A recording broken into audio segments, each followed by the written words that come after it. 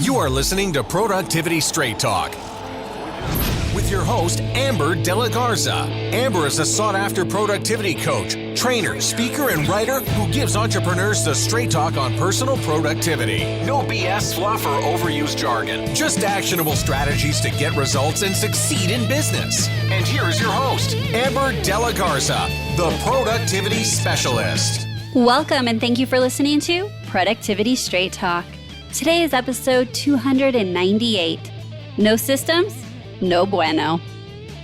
If you're a business owner who wants to learn effective business strategies, improve time management, and elevate productivity to maximize profits, reduce stress, and make time for what matters most, then you're in the right place, and I'm so glad you've joined me. Today, we're going to be diving into the topic of creating systems in your business so you can gain more control and run a more efficient and profitable business. I'd like to invite you to take my next level business owner quiz. Head on over to amberdelagarza.com/quiz to take it today. Find out what the number one challenge is that's holding you back from taking your business to the next level. And you'll receive a personalized, curated playlist of Productivity Straight Talk episodes that will specifically help you solve that challenge with strategies and tips. Don't miss out and head on over to amberdelagarza.com/quiz. And if you would like to learn more about ways that we can work together, I work with my clients in two specific ways. One is my group coaching program, Leverage Lab, and two is my one-on-one private coaching program. To learn more, head on over to amberdelagarza.com. Again, that's amberdelagarza.com. And now, let's get to the straight talk.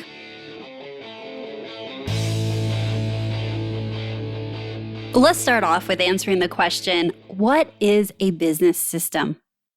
Systems are a set of processes, procedures, and routines that work together to create a desired and consistent outcome.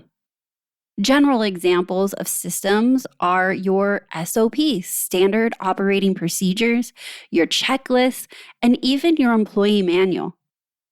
Now, another great question to ask is, what happens in your business if you do not have business systems?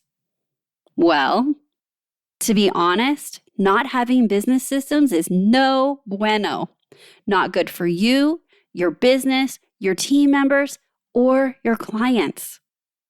Here are just a few examples of not having systems and what that might look like in your business. Team members don't know how to do their jobs, or each team member works differently than others. Chaos and repetitive fires that need putting out all the time. Inconsistency in products and servicing your clients. Operational inefficiency, thus reduced profits. Wasted time to try figuring out what's next when completing recurring tasks and projects. Increased errors, hard time delegating or simply can't delegate, can't take time off because business can't run in your absence, stifled business growth, you may feel like your business has even plateaued, can't hold your team accountable because you don't know what to hold them accountable to, and possibly the most important, when you don't have systems in place, you lose control of your business and your clients run the show. And not just one client, each client will determine the timeline, how your services are delivered, how and when they communicate with you and your team, when they pay. They are ignoring your boundaries, possibly because you have not communicated them or hold them to your boundaries. Next, let's talk about some of the reasons why having business systems is so beneficial. And I think this is really important because you've got to find your why. You have to understand, why is it important? Why is it going to be the thing that you make a priority is creating business systems? And if you're not trying to avoid what it's hurting, then let's talk about what are the benefits of having business systems. Greater client experience, thus increased referrals and repeat business. Read, increased profits. Both clients and team members have confidence in you because you have your act together and you run your business like a well-oiled machine. Consistent service and quality.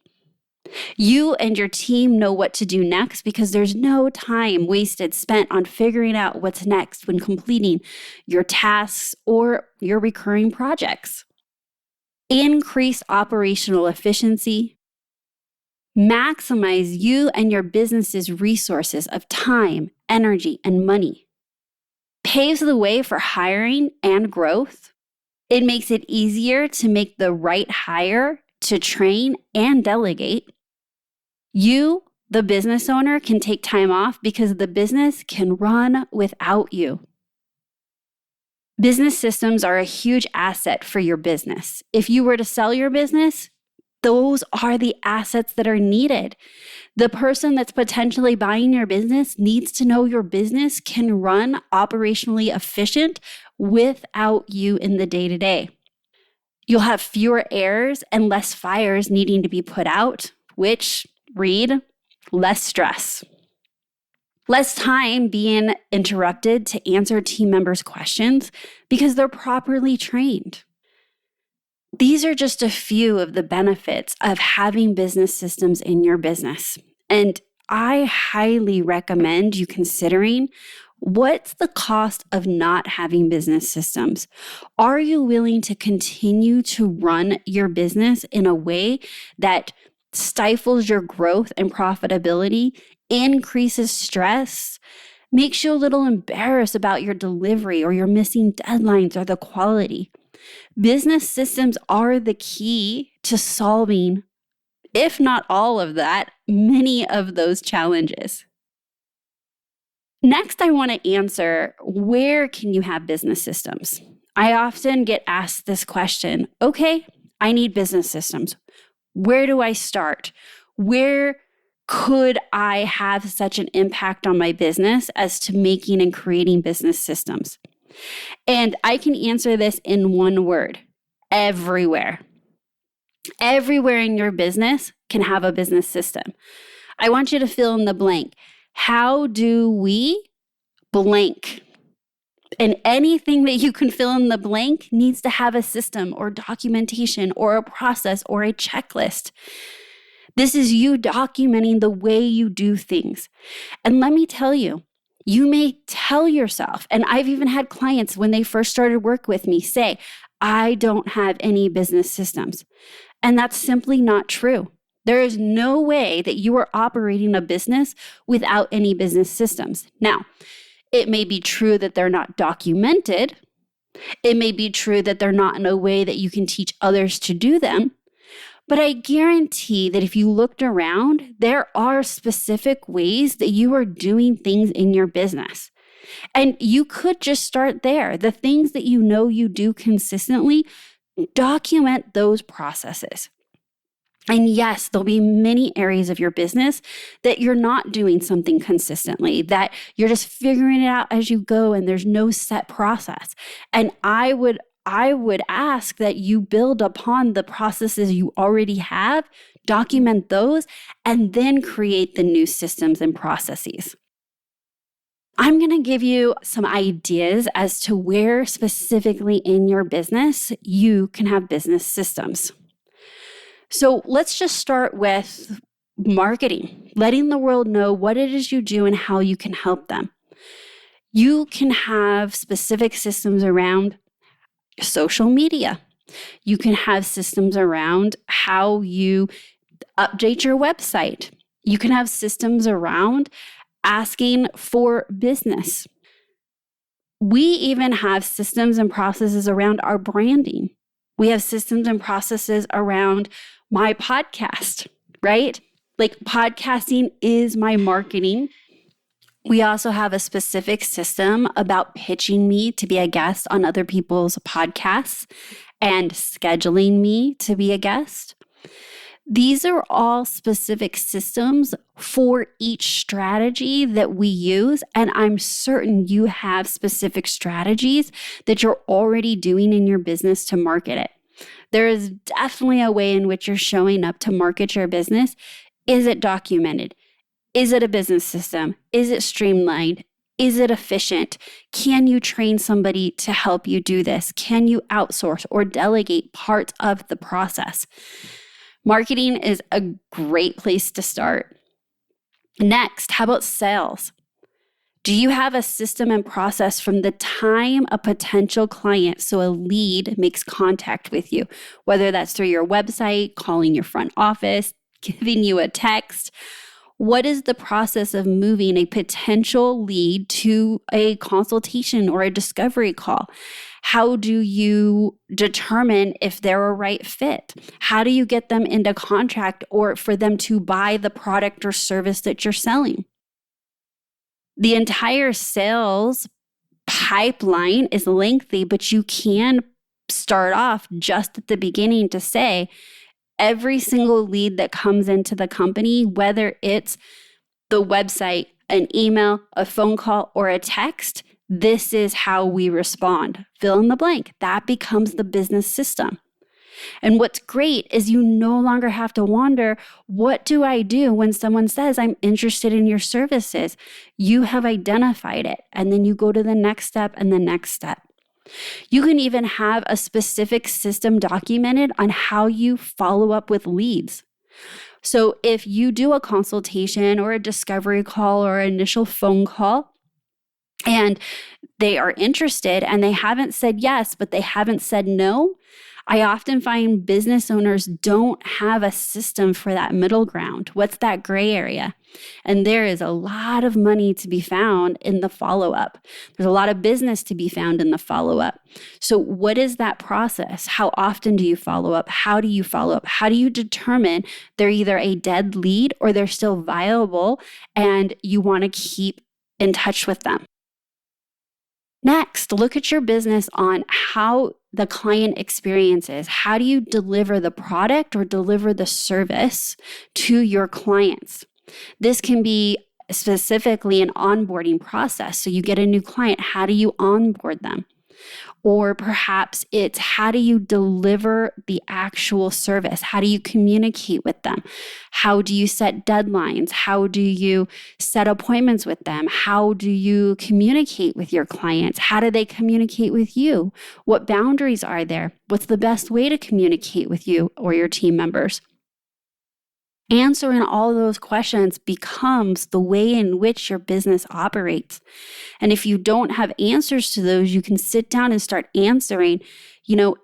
Ideally, all my clients call the main phone number, right?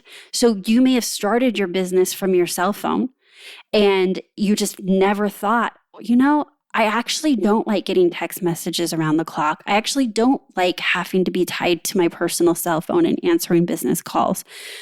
As you're creating these business systems, you're actually setting standards and boundaries for yourself. So, what do you want that standard to be? Do you have a business line? Is it answered Monday through Friday only, 9 to 5 o'clock or 9 to 4? Whatever that looks like for you, that is the system. I'm giving you these very specific examples so you're not overcomplicating the idea of having business systems. Another area of, servicing your clients could be once you're done working with your clients, how do you offboard them? How do you close out their file? How do you ask for the referral? How do you archive their digital files or their paper files? What are those steps that can be happening consistently every single time you're done working with a client? That in itself is its own specific system. You can also have a checklist for these are the things we do when we open or close the office or the store. Every day, these are the things that need to happen. Or every week, these are the maintenance things that need to happen to keep your office or store organized and maintained. You could simply document what is the process for customer complaints and how are they handled? Who on your team handles them? How do they get escalated from the initial person taking the complaint to the next person, like a manager or yourself who need to step in? How do you handle your finances, your bookkeeping, your client invoicing, your accounts receivable? How do you collect money from your clients? Those are all individual processes that together can be your financial processes, and your financial processes are one piece of your business systems. So again, these are all these little individual ways in which you're running your business, and you're just simply answering the question, how do we invoice clients? How do we open and close the office? How do we offboard a client? All right, that's it. These are the examples I wanted to give you, and you can start just about anywhere. I am going to give you some tips on where to start. Okay, so one is start where you have the biggest fires. What is the area of your business that is sabotaging your schedule, sabotaging your ability to focus, sabotaging your ability to do your deep work? Where are fires being created? And can you create some systems around that so that you can do better training or to hire or to automate? There are ways in which you can solve so that you're not having as many fires. Once you have less fires, you've now reclaimed time, and you can take that reclaimed time and then you can go and create other business systems and document other processes. Or another way you can get started with business systems is to look at client-facing activities first. It's kind of like the duck that's swimming really, really fast underwater, but looks smooth and calm on top of the water. Well, if your business currently feels like a lot of chaos and overwhelm, then maybe you want to start with creating systems on the client-facing side of how you deliver your services or your products. Because not only will that reduce fires, but it'll increase the client experience, it'll increase referrals, and really, it's going to allow you to reclaim time so that you can work on the back end of your business as you have time. Next, I want to address what might be keeping you from creating systems, because I guarantee that this episode is not new news to you. Probably not the pain points, not the benefits, certainly not the fact that your business needs business systems. But there's a reason why you haven't taken action. So I'm going to go through some of those because sometimes the benefit, the aha, is realizing exactly why you haven't taken action so that you can solve that thing and move through. So the first thing that comes up is you don't know how to document them. Right? You're thinking there's a right way, there's a wrong way. I've never done this before. There's got to be a right way to document them.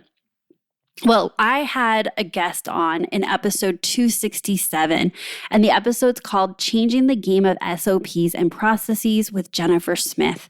We'll link out to this episode and all episodes that I'm going to be mentioning in the resources in our show notes. You can find those over at amberdelagarza.com/298. But if you don't know how to document them, that episode will be a great place to start. Another reason is you're afraid you will do it wrong, or you don't know what's the best way to do something in your business. And I've got to say, doing it and just taking action is better than thinking that you're going to do it wrong. You might do it a little bit wrong. You might learn some things along the way, but you're not going to discover the best way to document things or the best ways to set up systems until you get started. This is not one of those things where you can just read in a book exactly how to create business systems, because each business is so unique. Each business is customized. So I want you to stop thinking you're going to do it wrong and just understand that this is a process. You can revisit any system, anything that you've created, and revisit revise in the future. It's not set in stone. Just get started. Another reason that might be holding you back is people-pleasing tendencies. So you may not have systems around servicing your clients because you tend to cater to your clients, or perhaps even your employees, and the way that you want things done, you don't feel like you can speak up and say, this is how I want them done. You let them run the show. And that's not always the best for your business. And it's certainly not going to help move your business forward by letting your clients and or employees run the show because you want to do people pleasing. I have found that business owners who have clear processes and standards and can communicate those to both employees and clients often find an increase in client and employee experiences. People just want to know what they can expect, what this journey of working with you is going to be like. And if you can articulate that, it lets them not be in the driver's seat and really experience what you can offer for them. But if you have no system, someone's driving, and it's generally not you. Next, you may be feeling overwhelmed. You have a fear of just adding one more project to your plate, right? If you're feeling overwhelmed in your business, more than likely than not, it's probably because of a lack of systems, right? Because like I said, if you had systems, you could automate, you have a checklist, you're going to be more efficient. If you're more efficient, you have more time, which means you're less overwhelmed. If you have a system, you're able to delegate, you're able to train, which means you're less overwhelmed. Overwhelmed to me is a symptom of not having systems and working efficiently in your business. How about, and we touched on this, not knowing where to start? And I'll just repeat this again, but there is no right or wrong place to start. But some ideas are client-facing activities. So if you're consistently missing deadlines or you're putting out fires, start client-facing. Or you can start with the biggest challenge, and maybe it's not clients, but perhaps it has something to do with cash flow or revenue generating activities like marketing or sales. If those are your biggest challenges in your business, let's get some systems around that so that you can show up consistently. The key is just to get started. All systems will end up working together. And the more systems you have, the greater benefit you and your business will experience.